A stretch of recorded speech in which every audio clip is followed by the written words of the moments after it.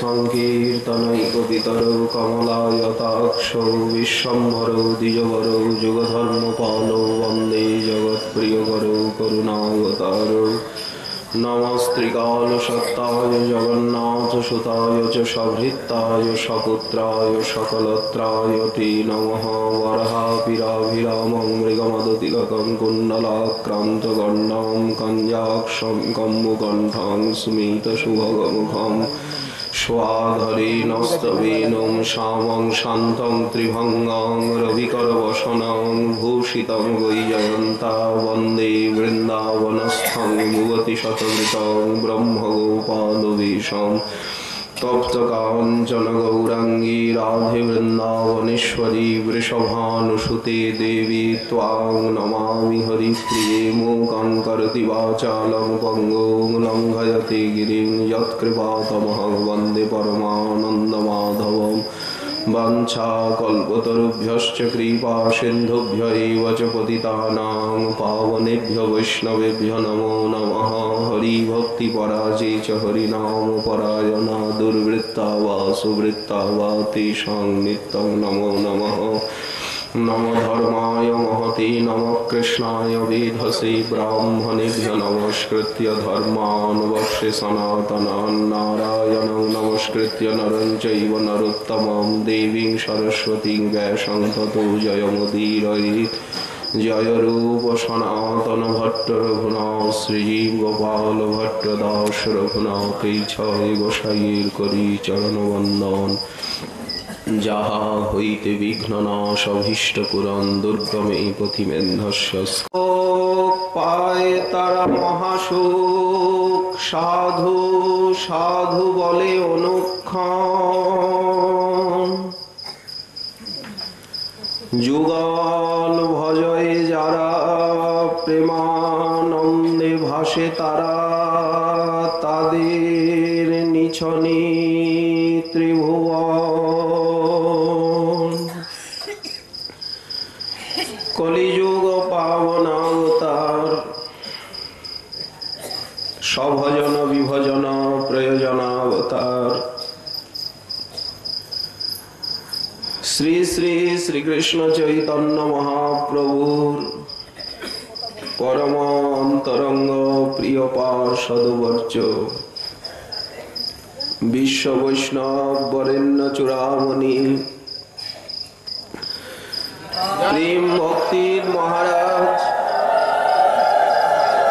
নিত্যানন্দ কৃপা ঘনমূর্তি রূপানুগ প্রভর প্রাতঃস্মরণীয় পরম পূজ্যপাদ শ্রীল নরোত্তম দাস ঠাকুর মহাশয় তার শ্রী শ্রী প্রেম ভক্তি চন্দ্রিকা নামক মহাগ্রন্থে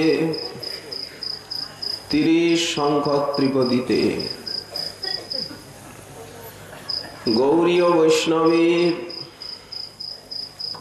যে ভজন সেটি সর্ববিলক্ষণ। কোথায় কুত্রাপি কোন সম্প্রদায়ে কোন আচার্য কর্তৃক এই সুনির্মল ভজনের পরিপূর্ণ বিবৃতি বা আচার প্রচার বিশ্বে দৃষ্ট হয় না। এই অলৌকিক বিলক্ষণ ভজন ধ্বনি গৌরীয় বৈষ্ণব ধ্বনি বহু ভাগ্যে এই সম্প্রদায়ে দীক্ষা শিক্ষা আশ্রয় নেওয়ার ভাগ্য ঘটে। সেই যে পরম সত্য তার মূল্যবোধ বা মূল্যায়ন যদি গৌরীয় বৈষ্ণব না করেন তাহলে কে করবে? এই ভজন ধন তাদের পৈতৃক সম্পত্তি তুল্য। যুগল ভজয়ে যারা প্রেমানন্দে ভাসে তারা এইখানে ঠাকুর মহাশয় খালি যুগল ভজনের কথা বললেন, আনুষঙ্গিক ভাবে যুগল ভজনের সঙ্গে সঙ্গে শ্রী গুরু গৌরাঙ্গের ভজনটিও যে নিহিত আছে সেটি গৌরীয় বৈষ্ণব ইঙ্গিতে বুঝে নেবেন। গৌর প্রেম রসার নবে সে তরঙ্গে যে ডোবে, সেই তরঙ্গে ডোবা ব্যতীত যুগল ভজন তো বোঝা যায় না। তেমনি গৌরমণ্ডল ভূমির প্রতি ভক্তি শূন্য হয়ে তো আর ব্রজধামের কৃপা লাভ হয় না, তার হয় ব্রজভূমে বাস। গৌর পরিকরগণকে সাক্ষাৎ ব্রজ পার্ষদ সখী সখা রূপে অনুভব না করলে তো ব্রজের পার্ষদগণের কৃপা লাভ হয় না। সে নন্দনন্দনের কাছে, ভানু সুকুমারীর কাছে আসবার তো অধিকারী হয় না। সম্বন্ধটা কোথার থেকে হবে? গুরু পরিবার মতে যিনি যে পরিবারে যে শাখায় আশ্রিত, সেই শাখা পরিবারের মধ্যে দিয়ে মহাপ্রভুর সঙ্গে সম্বন্ধ হবে। ওই জন্য প্রেম কল্পতরু গৌরাঙ্গ আমার, তাহারে ভাবিলি বিষে। গৌরাঙ্গকে বলা হয়েছে প্রেম কল্পতরু। প্রভু কহেন আমি বিশ্বম্ভর নাম ধরি, নাম সার্থক হয় যদি প্রেমে বিশ্ব হরি। তা না হলে কানা ছেলের নাম পদ্মলোচন, আমার নামটা যেন অমন না হয়। এত চিন্তি লইলা প্রভু মালাকার ধর্ম, নবদ্বীপে আরম্ভিলা ফলোদ্যান কর্ম। নবদ্বীপে প্রভু ফলের উদ্যান করলেন, বাগান খুললেন। শান্তিপুরের বুড়ো মালি বৈকুণ্ঠের বাগান খালি করিয়া আনিল এক চারা। নিতাই মালিরে পাইয়া চারা তার হাতে দিয়া, আর যতনে রোপণ করিতে কইল নারা। কোথায় রোপণ? নদিয়া উত্তম স্থান, তাহাতে করি উদ্যান রপিলা চৈতন্য তরুমালি। এই যে শাখাপত্র গণন হলো, গজাইল যত্নে জল ঢালি। কি বলতে চাইছেন মহাজন? শাখা পরিবারের নিত্যত্ব। সম্প্রদায় বলতে গুরু পরম্পরা, সেই গুরু পরম্পরা আবার শাখা পরিবারের আশ্রিত। সেই নিত্য সিদ্ধ পরম্পরায় যারা দীক্ষা নিলেন তারা গৌরীয় বলে পরিচিত হলেন। সম্বন্ধ হলো গুরু পরিবার মতে সম্বন্ধ নির্ণয়, তাতে রাগানুগা মার্গ নিরূপণ। সেই সম্বন্ধ নিয়ে সেই অভিমান পোষণ করে সাধক গুরুবর্গের আনুগত্যে এগিয়ে যাবে। তো মহাপ্রভু যে স্বয়ং কল্পতরু হলেন, দুই স্কন্ধ, এক অদ্বৈত আর নিত্যানন্দ, আর সেই শাখা উপশাখা, শিষ্য প্রশিষ্য, সব ভুবন ছেয়ে গেল, সব নিত্য, সবাই গৌরাঙ্গ দাস। কারণ নিতাই চরণ সত্য, তাহার সেবক নিত্য। সবই তো নিত্য সত্য প্রভুর নিত্য সত্য লীলা।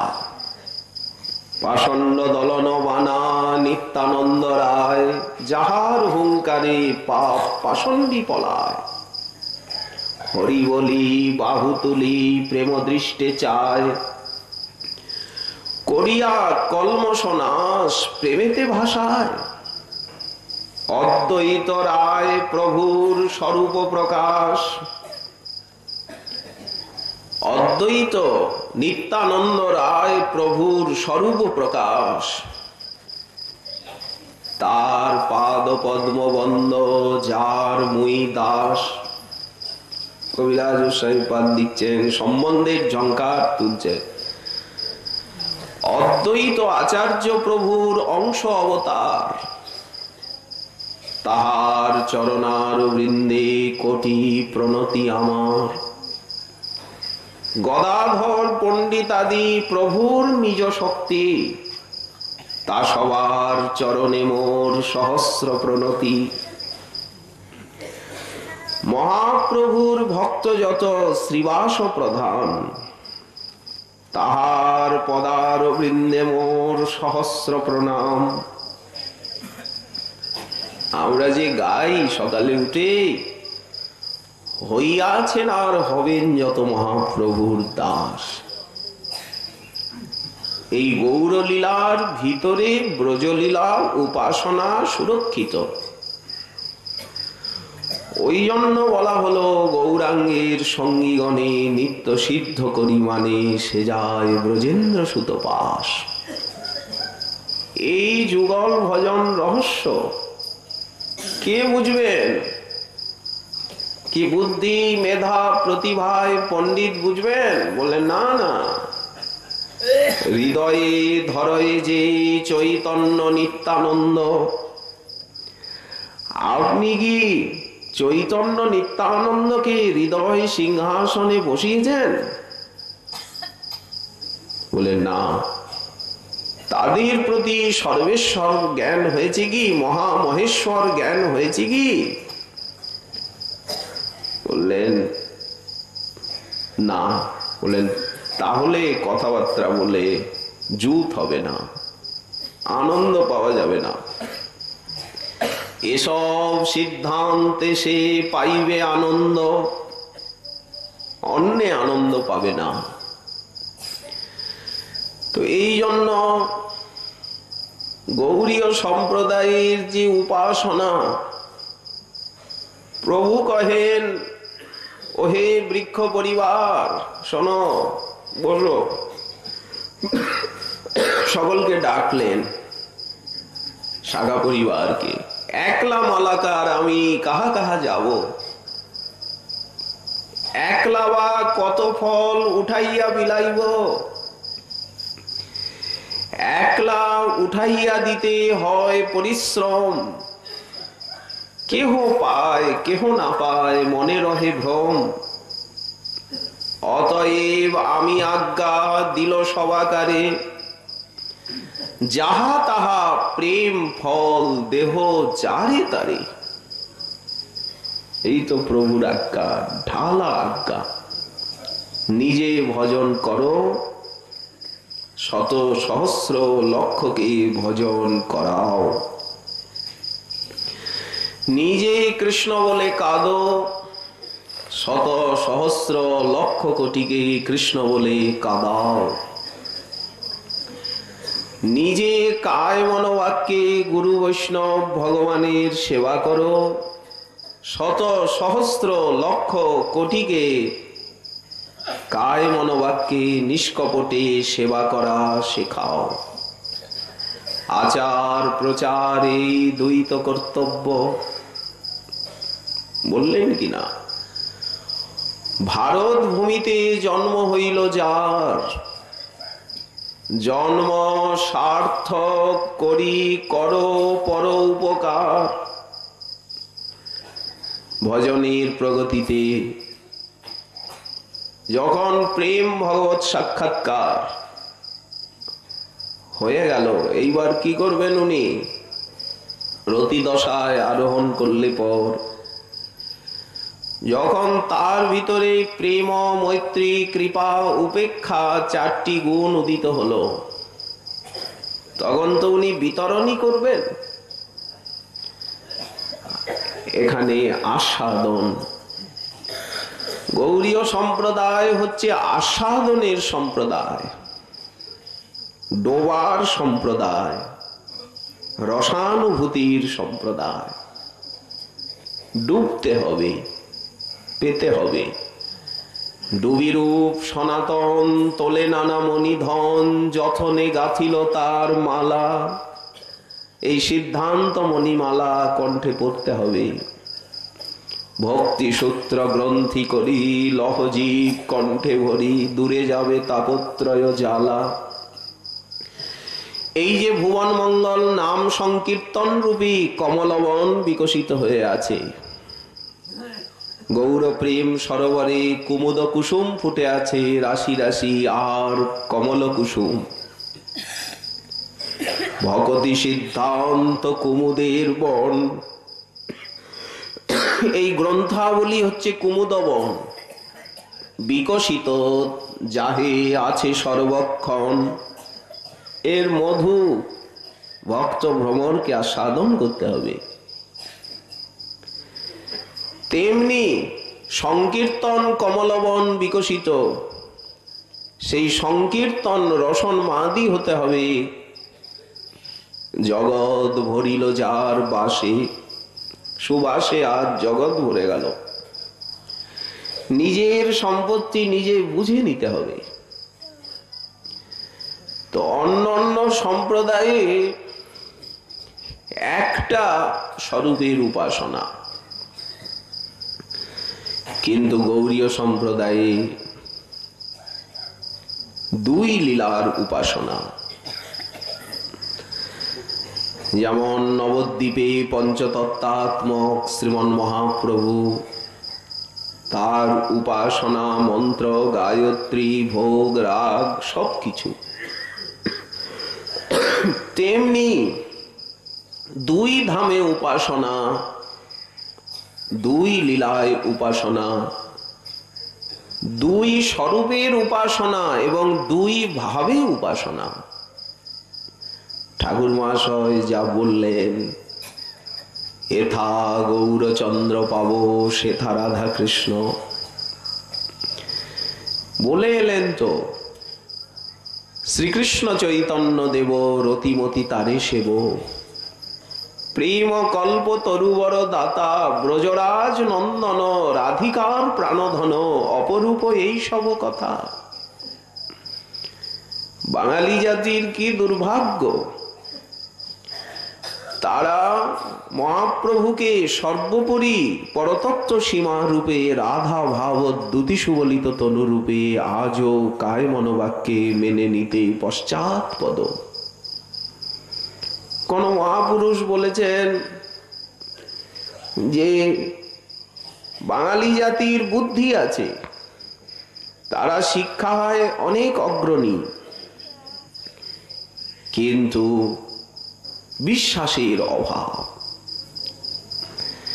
শ্রদ্ধা বিশ্বাসের অভাব। এবং সেই অভাবটা কোথায়? কবিরাজ গোস্বামী পাদ বললেন, হেন কৃপাময় চৈতন্য না ভজে যেই জন, সর্বোত্তম হইলেও তারে অসুরে গণন। যে সর্বাবতারী, সেই ঔদার্য পুরুষোত্তম শ্রীমন মহাপ্রভুকে স্বয়ং ভগবান বলে মানলেন না, হৃদয় সিংহাসনে বসালেন না, বিশেষত উড়িয়া গৌরিয়া হয়ে এই সৌভাগ্যে বঞ্চিত হলেন, তাকে অসুরের ভিতরে গণনা করতে কবিরাজ গোস্বামী পাদের মতো ব্যক্তি দ্বিধাবোধ করেননি। ব্যাসাবতার বৃন্দাবন দাস ঠাকুর তিনি কি বললেন? এত পরিহারেও যে পাপী নিন্দা করে, গৌর নিত্যানন্দকে মানতে পারছে না। এত পরিহারেও যে পাপী নিন্দা করে গৌর নিত্যানন্দের, অসমর্থ মহিমা স্বীকার করে না, তবে লাথি মারো তার শিরের উপরে। এটা ওনার আবিষের উক্তি। ভৃগুমুনি আবিষ্ট হয়ে গেলেন। তো ওনার মতো ব্রহ্মাণ্ড পাবন মহামহৎ ব্যাসাবতার তিনি যদি কারো মাথায় লাথি মারেন, তাহলে তো সে ধন্য হয়েই গেল। আর কি তার অবিশ্বাস থাকবে? তো এই জন্য তেমনি বৃন্দাবনে যুগল কিশোরীর উপাসনা, সেই দিব্যদ বৃন্দারণ্য কল্পদ্রুমাধ শ্রীমদ রত্নাগার সিংহাসনস্থ শ্রী শ্রী রাধা শ্রীল গোবিন্দ দেব পৃষ্ঠা লিভি সেব্যমান স্মরামি। গোবিন্দ গোপীনাথ মদন মোহন এই তিন ঠাকুর গৌরিয়াকে করিয়াছেন আত্মসাৎ, তিনের চরণবন্ধ, তিনে মোর নাথ। এই তাদের পূর্ণাঙ্গ ভজন ধারা।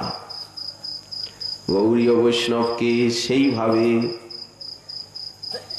তাদের সেই ভজন সরণিতে শ্রদ্ধা বিশ্বাস সহকারে গুরু বৈষ্ণবের আনুগত্যে এগিয়ে যেতে হবে। এক স্বরূপে তারা যেমন নদিয়া লীলায় শ্রীমন মহাপ্রভুর দাসানুদাস হবেন, ওইছে কি হও আমার সহচর সঙ্গে রঙ্গে পহু গৌরক হে রব নদিয়া বিহার। নবদ্বীপ লীলায় তারা সেবা পাবেন নিত্য গৌর পার্ষদগণের ভিতরে একতম হয়ে। তেমনি ব্রজ নিভৃত নিকুঞ্জে শ্রী বৃষভানু নন্দিনী স্বামিনীর প্রাণেশ্বরীর দাসী হয়ে সেবা পাবে। কিন্তু কিভাবে পাবেন সেই সাধনাটিও মহাপ্রভু নিজে দেখিয়ে দিয়েছেন। আপনি করি আস্বাদনে শিখাইলা ভক্তগণে প্রেম চিন্তামণির প্রভুধ্বনি। উপাসনা পূর্ণাঙ্গ হওয়া প্রয়োজন। উভয় লীলার উপাসনা হবে, আংশিক উপাসনা নয়। সেইভাবে সমস্ত গোস্বামী গ্রন্থে পদ্ধতি গ্রন্থে উপাসনা বিবৃত হয়েছে। গৌরীয় বৈষ্ণবকে সেই পূর্ণাঙ্গ উপাসনা লাভ করতে হবে। যদি কিছু প্রাপ্তিতে অপূর্ণতা থাকে সেগুলি আশু প্রাপ্ত হতে হবে, তার জন্য প্রযত্নশীল হতে হবে। কোনো একটা সংস্কারের বশবর্তী হয়ে কোনো একটা গোষ্ঠীতে আবদ্ধ হলে তাকে চলবে না। কারণ এই উপাসনা সার্বভৌমিক, সার্বজনিক, সার্বদেশিক, সার্বকালিক এবং সার্বত্রিক। এখানে কোনো গণ্ডি, কোনো বেড়াজাল, কোনো গোষ্ঠীবাদ কিছুই আনা উচিত নয়। তাতে সার্বভৌমতার, সম্প্রদায়ের অখণ্ডতার হানি হবে, সংহতি মৈত্রী প্রীতির। কারণ মহাপ্রভুর সম্প্রদায় সারা ব্রহ্মাণ্ড ব্যাপী, সারা বিশ্বব্যাপী দেবতা মুনি ঋষি অসুর, সুর নর নাগ কিন্নর সকলেরই এই সম্প্রদায়ে আশ্রিত হবার, সাধন ভজন করবার অধিকার প্রভু দিয়েছেন, খালি মানুষ বলে নয়।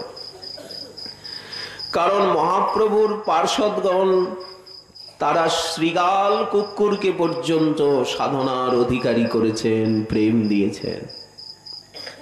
এমন কি কেউ কোনোদিন শুনেছে?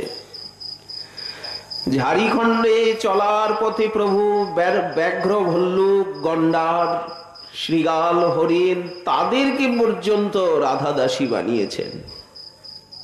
ওই ললিত মোহন মূরতিকে, ওই অনঙ্গ মোহন সেই শ্রীমূরতি রাধা প্রেম রসে বিভাবিত, সেই হরিবোলা রসের বদনকে যে একবার দেখেছে সেই রাধা প্রেম পেয়েছে, সেই রাধা দাসী হয়েছে। আজ সেই বস্তুই মিলবে। প্রকট লীলায় প্রভু যা দর্শনে দিয়েছেন, স্পর্শনে দিয়েছেন, আজ শ্রবণে কীর্তনে সেই চিরাদ দত্ত নিজ গুপ্ত বৃত্তই মিলবে। কিভাবে এই ব্রজপ্রেমের সাধনা গৌরীয় বৈষ্ণব করবেন? যুগল কিশোর প্রেম লক্ষবান যেন হেম, হেন ধন প্রকাশিলা যারা। মহাপ্রভু স্বয়ং গম্ভীরা লীলায় 12টি বৎসর তিনি সেই সাধনা নিজে করে রাধা প্রেম আস্বাদনের ছলে, আর তিনি সেই প্রেমের আচার প্রচার সাধন পদ্ধতি সেই নীলাচল লীলাতেই তিনি করেছেন। সম্প্রদায়ের উপাসনার সূত্রপাত এবং সম্প্রদায় গঠন নীলাচল লীলাতেই প্রভু করেছেন। রূপ সনাতনকে শক্তি দিয়ে আজ্ঞা দিয়ে ব্রজে পাঠালেন, শ্রী নিত্যানন্দ প্রভুকে বঙ্গবসুন্ধরার দায়িত্ব দিলেন এবং অদ্বৈত প্রভু মহাপ্রভুর সঙ্গে বিবাদ করে গৌর নাম প্রচার করলেন মহাপ্রভুর প্রকট লীলাতেই। অদ্বৈত প্রভু বললেন, ভক্তগণ সাবধান হয়ে যাও, যে প্রভুর দয়ায় আমরা সর্বত্র পূজিত সম্মানিত, আজ যে প্রভু আমাদেরকে এই প্রেম রস আস্বাদন দিলেন, সেই প্রভু নিজেকে গোপনে ঢেকে রেখেছেন। ছন্নকলু দীনতার অবতার। আমাদের কি কর্তব্য নয় তাকে প্রকাশ করা, তার উপাসনার প্রচার করা? তোমরা সাবধান হও। কেউ বলল, শান্তিপুর পুরন্দর প্রভু কিন্তু ভীষণ দুঃখ পাবেন। বলে, আচ্ছা সেটা আমি দেখে নেব। ওনার অভিমান আমি কেঁদে কেঁদে এনেছি, গোলকে গোপনে ছিল, কে আনলো, কে দিল, কে বেলালো? এই গুরু বিনা বন্ধু নাই। যতই আমরা জগতে বন্ধু বান্ধব দেখি, গুরু বিনা বন্ধু নাই, নিতাই বিনা দয়াল নাই, প্রেম বিনা ধর্ম নাই, আর নাম বিনা সাধন নাই। কথাগুলো তো ছোট, কিন্তু ছোট নয়, বিশাল অর্থপূর্ণ। অদ্বৈত প্রভু সেদিন ভক্ত সঙ্গে সারা জগন্নাথ মন্দিরের চারিদিকে গৌর নাম কীর্তন করলেন। মহাপ্রভু যখন কাশী মিশ্রালয়ের নিকটে কীর্তন এসেছে, গৌর দেশবাসী ভক্তগণ কীর্তন করছেন, প্রভু তাড়াতাড়ি বেরিয়ে এলেন। কিন্তু সঙ্গে সঙ্গে জিভ কেটে কানে আঙুল দিয়ে ভিতরে ঢুকলেন, শুয়ে পড়লেন। সারা নীলাচলে কীর্তন করে ভক্তগণ এসেছেন, সকলে ভীত ভীত। অদ্বৈত প্রভু শ্রীবাস পণ্ডিত গম্ভীরার দ্বারে এসে বসেছেন, চারিদিকে ভক্তগণ, প্রভু মুখ ফিরে শুয়ে আছেন ওদিকে। সকলে চুপ, ভয়ে বুক দুরুদুরু করছে। প্রভু গোবিন্দ দাস অনুরোধ করলেন, বৈষ্ণবগণ এসেছেন প্রভু। প্রভু শুয়েই আছেন, রেগে গেছেন। আমার নাম কেন কীর্তন করা হলো? ছি ছি, কি লজ্জা! দুঃখিত, অথচ অন্তরে সন্তুষ্ট। খানিকক্ষণ পরে উঠে বসলেন, অদ্বৈত প্রভুর দিকে তাকালেন না, শ্রীবাসকে জিজ্ঞাসা করছেন, পণ্ডিত, ভুবন মঙ্গল কৃষ্ণের নাম গুণ ত্যাগ করে আজ তোমরা কি গাইছিলে? আমায় বোঝাও। শ্রীবাস সূর্যের আলো এসে পড়েছে মুখে। উনি হাতটা এরকম করলেন, ভক্তগণ চুপচাপ মাথা নিচু করে বসে আছে। মহাপ্রভু ভাবলেন যে বুঝি কিছু ইঙ্গিত করছে ওদের। কি ইঙ্গিত করলে? পণ্ডিত শ্রীবাস বললেন, না না, সূর্যকে হাত দিয়ে ঢাকছি। হাত দিয়ে ঢাকা যায়?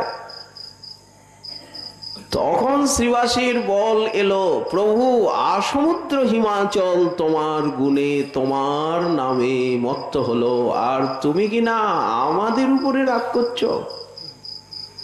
তো যদি হাত দিয়ে সূর্য না ঢাকা যায়, তুমি তোমার মহিমা এই গম্ভীরায় লুকিয়ে থেকে ঢাকতে পারবে কি? এইবার অদ্বৈত প্রভু জোর পেয়ে গেলেন। শ্রীবাস মহাপ্রভুর পিতা জগন্নাথ মিশ্রের সখা, কি বলবেন? প্রভু তো মর্যাদা দিয়ে চলেন, অদ্বৈত প্রভুকে এত সম্মান করেন। যেদিন অদ্বৈত প্রভু প্রকট লীলায় সর্বপ্রথম মহাপ্রভুর চরণধুলি নিয়েছিলেন মূর্ছিত অবস্থায়, মূর্ছিত মহাপ্রভুর পদরজ, সেই দিন মহাপ্রভু সম্বিত পেয়ে কি করলেন? অদ্বৈতকে পেরে ফেলে অদ্বৈত চরণ প্রভু ঘষে নিজ শিরে। রাগে গড়গড় করতে করতে অদ্বৈত তত্ত্ব ব্যাখ্যা করলেন। তুমি অনন্ত কোটি ব্রহ্মাণ্ডকে ধ্বংস করেও তোমার পেট ভরে না, আমার মতো বালককে তুমি নাশ করতে চাও? এই বলে বুড়োকে পেরে ফেলে আর অদ্বৈত চরণ প্রভু ঘষে নিজ শিরে। আর যখন অদ্বৈত প্রভু এর প্রতিশোধ নিতে জ্ঞানের ব্যাখ্যা করলেন, দুই ভাই চলে গেলেন শান্তিপুরে। ওনাদেরকে দেখে আরো অদ্বৈত জ্ঞানের ব্যাখ্যা করছেন। প্রভু বলে, আরে আরে নারা, বল দেখি জ্ঞান ভক্তি দুয়ে কোন বাড়া? অদ্বৈত প্রভু বললেন, সর্বকাল বড় জ্ঞান, যার জ্ঞান নাই তার ভক্তিতে কোন কাম? জ্ঞান বড় অদ্বৈতের শুনিয়া বচন, ক্রোধে বাহ্য পাশরিলা সচিরনন্দন।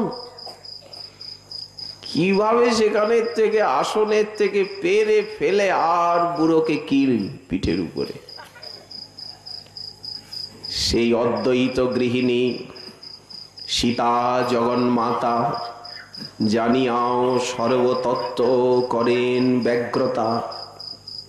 এরো বাপ বিশ্বম্ভর, কিছু হলে বুড়ো বামুন এড়াতে পারবে না, কাহার শিক্ষায় করো এত অপমান? তো দেখুন কিভাবে অদ্বৈত প্রভু তিনি এনেছেন কেঁদে কেঁদে, আর কিভাবে তাকে গৌরাকৃতি মদন গোপালের উপাসনা প্রচার করতে হয়েছে কোমর বেঁধে।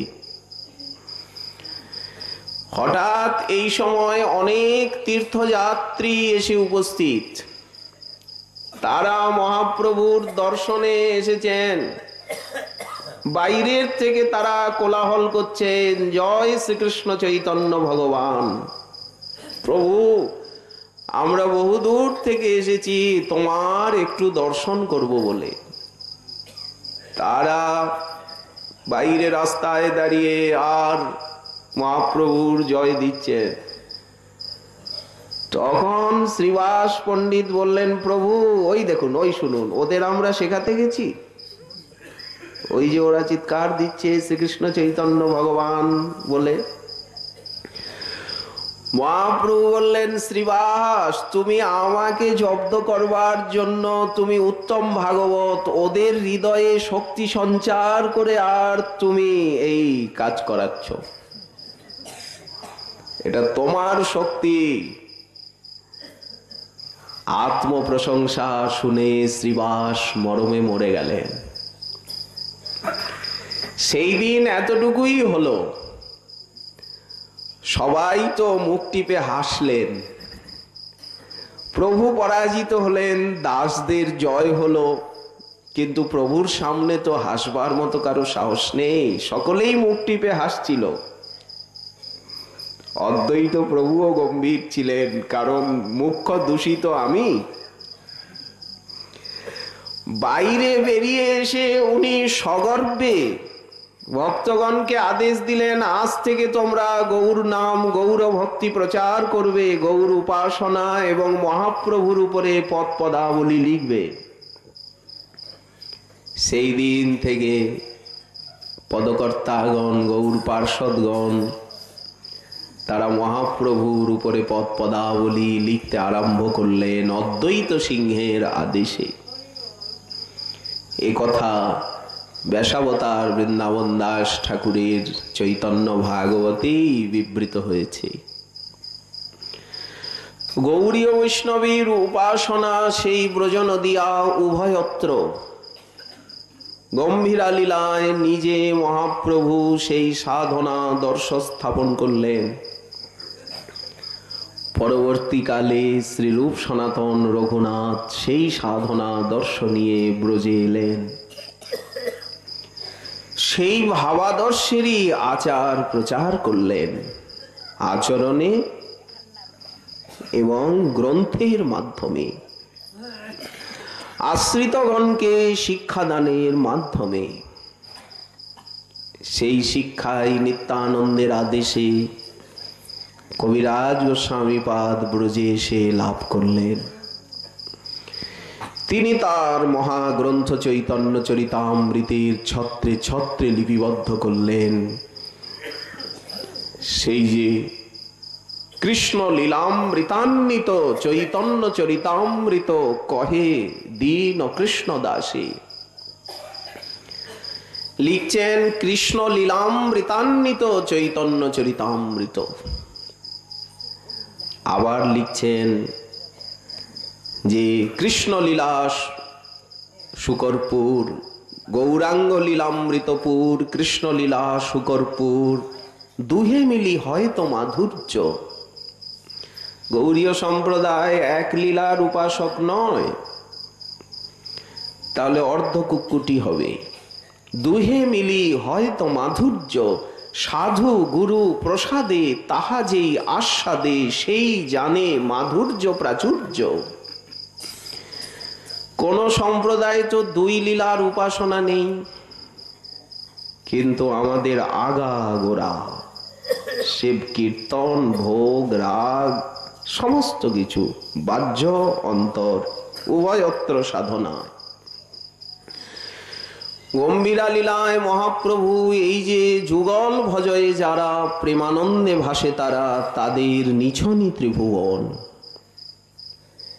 নিজে এই আদর্শ স্থাপন করলে। ওই যে জালিয়ার জালিতে উঠলেন, জালে অর্ধবাহ্য দশায় সেই সিন্ধু তীরে নিপতিত হয়ে সমুদ্র সৈকতে যে প্রভু প্রলাপ করলেন, স্বরূপকে তো চিনতে পাচ্ছেন না। তখন পুরোপুরি ঠিক বাহ্য দশা আসেনি। কালিন্দী দেখিয়া আমি গেলাম বৃন্দাবন, দেখি জল ক্রীড়া করে ব্রজেন্দ্র নন্দন। তাহলে উনি এখন কৃষ্ণ নন, রাধাও নন। রাধিকাদি গোপীগণ করি সঙ্গে, যমুনায় জল কেলি করে মহারঙ্গে। এখনো কিন্তু উনি চিনতে পারছেন না আমি কোথায়, চারিদিকে কারা। কি অপূর্ব প্রভু বর্ণনা দিলেন সেই জলবিহারে। পট্টবস্ত্র অলঙ্কারে সমর্পিয়া সখী করে। এতক্ষণ তো বনবিহার লীলা হচ্ছিল, তো এখন বসন ভূষণ খুলে, ভারী অলঙ্কার গুলোকে খুলে পারে রেখে সূক্ষ্ম শ্বেত বস্ত্র পরিধান। কৃষ্ণ লইয়া কান্তাগণ কইলা জলাবগাহন, জলকেলি রচিলা সুঠাম। সাদা পাতলা কাপড় পরানো হয়েছে। কান্তাগণকে নিয়ে শ্রীকৃষ্ণ যমুনায় জলবিহারের জন্য নামলেন। সেই জ্যোৎস্না স্নাত নিশীথিনী, ফুল্ল মল্লিকা মালতী জ্যোতি মত্ত মধুকর ভৌরণী। কেমন লাগছে? কৃষ্ণ মত্ত করিবর, চঞ্চল কর পুষ্কর। শ্রীকৃষ্ণ যদি করিন্দ্র হন, গজরাজ, তার হস্ত কি হবে বলে পুষ্কর, হাতির সুর। গোপীগণ করিনীর সঙ্গে আরম্ভিলা জল গেলি, অন্যন্যে জল ফেলা ফেলি। হুরা হুরি বর্ষে জলধার, সবে জয় পরাজয় নাহি কিছু নিশ্চয়। এটা বিজিগিষাময় ক্রীড়া। জলযুদ্ধ বাড়িল অপার। প্রভু দর্শন করছেন, নিজেই বলছেন, যমুনার তীরে রহি দেখি এই রঙ্গে, এক সখী দেখায় মোরে সখীগণ সঙ্গে। এখন মহাপ্রভু মঞ্জুরি, এই যুগল ভজন ধন। যা গুরুদেব চরণাশ্রিত শিষ্যগণকে উপদেশ করেন, মোহে করল উপদেশ।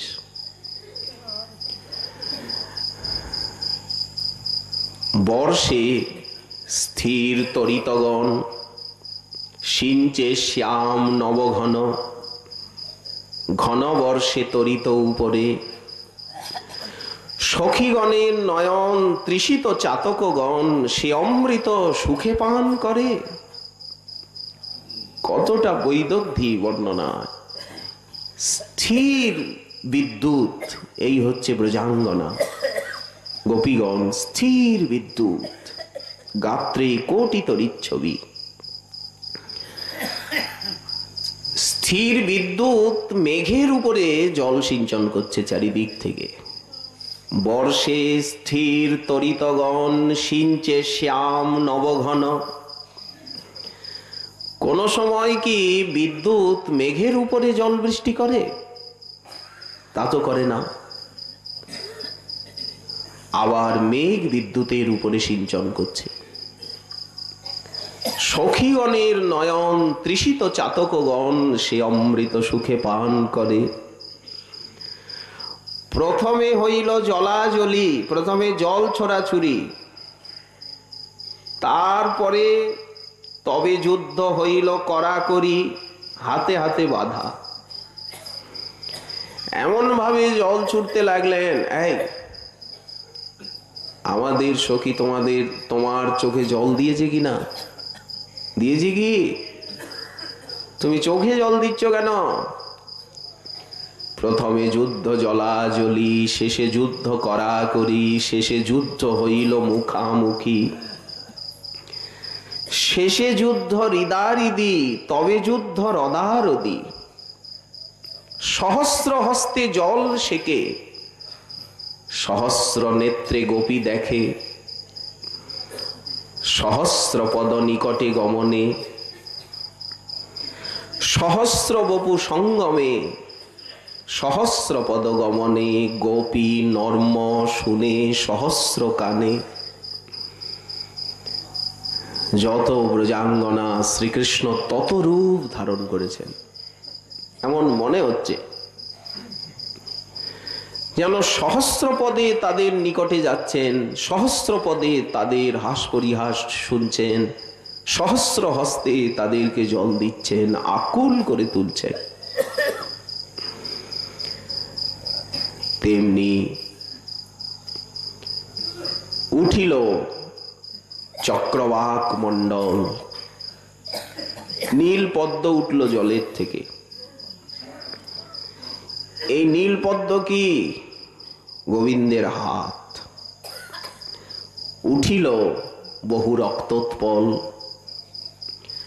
চক্রবাক লাগি দোহার রণ। বিচিত্র ক্রীড়া। এদিকে রাধারানী যখন পরাজিত হলেন, ও তো পুরুষ মানুষ, এটা তো শক্তির খেলা। রাধারানীকে ধরে আর কণ্ঠদগ্ন জলে নিয়ে গেলেন। ছাড়ি দিলা যাহা অগাধ পানি, তিহ কৃষ্ণ কণ্ঠ ধরি ভাসে জলেরও উপরি, গজত খাতে জইছে কমলিনী। রাধারানী ভাসছেন, যমুনার নির্মল জল অঙ্গ করে ঝলমল, সুখে কৃষ্ণ করে দর্শনে। এথা কৃষ্ণ রাধাসনে, করিলা যা আছিলা মনে, সখীগণে অন্বেষিতে গেলা। তো এথা রাধা সূক্ষ্মমতি, জানিয়া সখীর স্থিতি, সখী মধ্যে আসিয়া মিলিলা। কি অপূর্ব বর্ণনা মহাপ্রভু দেখছেন। যত হেমাব্জ জলে ভাসে, তত নীলাব্জ তার পাশে। যমুনার জলে মনে হচ্ছে অসংখ্য হেমাব্জ প্রকাশিত হয়ে আছে, স্বর্ণকমল। যত স্বর্ণকমল তত নীলকমল তার পাশে গিয়ে ঠেকছে। এই স্বর্ণকমলিনী ব্রজাঙ্গনা আর নীলকমল হচ্ছে গোবিন্দের শ্রীমুখ। যত হেমাব্জ জলে ভাসে, তত নীলাব্জ তার পাশে, আসি আসি করয়ে মিলন। হেমাব্জে নীলাব্জে ঠেকে যুদ্ধ হয় প্রত্যেকে, তীরে কৌতুক দেখে সখীগণ। ওইছে বিচিত্র ক্রীড়া করি, তীরে আইলা শ্রীহরি, সঙ্গে লইয়া সব কান্তাগণ। গন্ধ তৈল উদ্বর্তন, গন্ধ তৈল মর্দন, আমলকি উদ্বর্তন, তীরে রহি করে সখীগণ। এই এরা মঞ্জরি। পুনরপি কইলা স্নান, শুষ্ক বস্ত্র পরিধান, রত্ন মন্দিরে কইলা আগমন। বৃন্দাকৃত সম্ভার, গন্ধ পুষ্প অলঙ্কার, বর্ণবেশ করিলা রচন। বৃন্দা দেবী যে সমস্ত বর্ণবেশের উপকরণ প্রস্তুত করেছেন, যুগল কিশোর সাজলেন, মহাপ্রভু দর্শন করছে। বৃন্দাবনের তরুলতা অদ্ভুত তাহার কথা, 12 মাস ধরে ফুল ফল। যত কুঞ্জ দাসীজন, যত বনদেবীগণ, তারা ফল পারি আনিলা সকল। উত্তম সংস্কার করি বড় বড় থালি ভরি, রত্ন মন্দিরে পিণ্ডার উপরে ভক্ষণের ক্রম করি রাখিয়াছে সারি সারি। আগে আসন বসিবার তরে বর্ণভোজন। অজস্র নানা জাতির ফল সব কুঞ্জদাসীগণ সংস্কার করে রত্ন মন্দিরে ভোজন স্থানে সাজিয়ে রেখেছে। কি কি ফল? এক নারকেল নানা জাতি, এক আম্র নানা ভাতি। কত রকম নারকেল, কত রকম আম, কলা কলি বিবিধ প্রকার, কত জাতির কদলী, কত রকম কুল। শুধু কি তাই, পনস, খজ্জুর, সন্তরা, পনস, খজ্জুর, কমলা, নারঙ্গ, জাম, সন্তরা, আরো কত কিছু, দ্রাক্ষা, বাদাম, মেওয়া, যত আর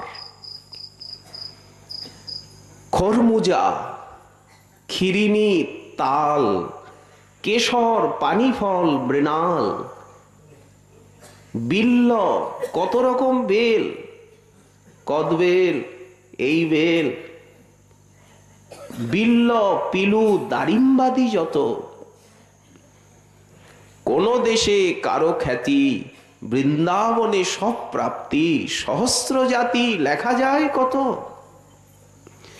পৃথিবীতে যত ফলের প্রসিদ্ধি আছে, কোন দেশে কোনটা হয়, কোন ঋতুতে কোনটা পাওয়া যায়, কিন্তু বৃন্দাবনে সব প্রাপ্তি, সহস্র জাতি লেখা যায় কত।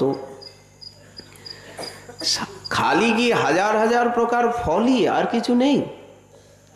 গঙ্গা জল অমৃত কেলি, পীযূষ গ্রন্থি কর্পূর কেলি, সরপুপি, সরপুরিয়া, অমৃতি, পদ্মচিনি,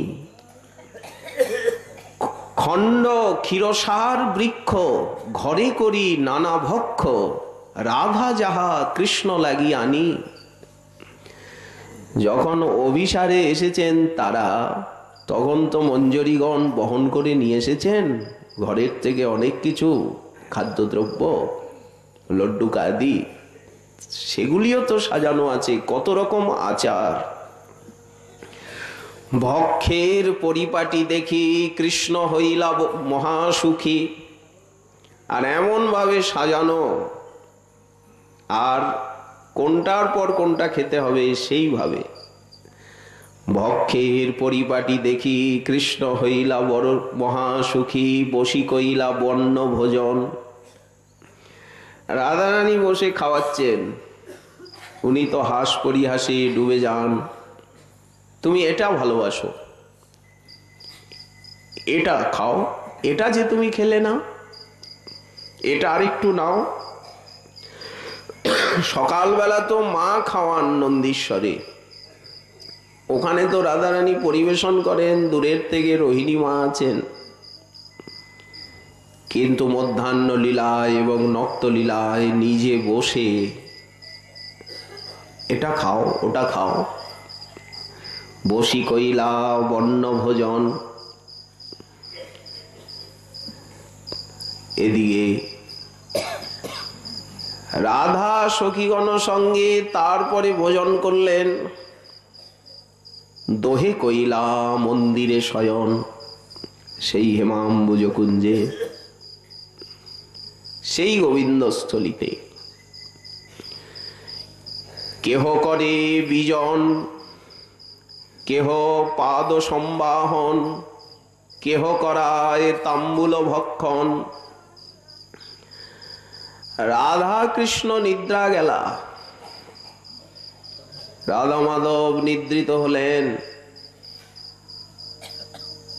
সখীগণ নিদ্রিত হইলা, দেখি আমার সুখী হইল মন। তাহলে এখন মহাপ্রভু রাধাও নন, কৃষ্ণও নন, তিনি মঞ্জরী, স্পষ্ট বর্ণনায় প্রমাণ মিলছে। হেনকালে আমা ধরি মহা কোলাহল করি, তুমি সব ইহা লইয়া আইলা। কাহা যমুনা বৃন্দাবন, কাহা কৃষ্ণ গোপীগণ, সেই সুখে বঞ্চিত করিলা।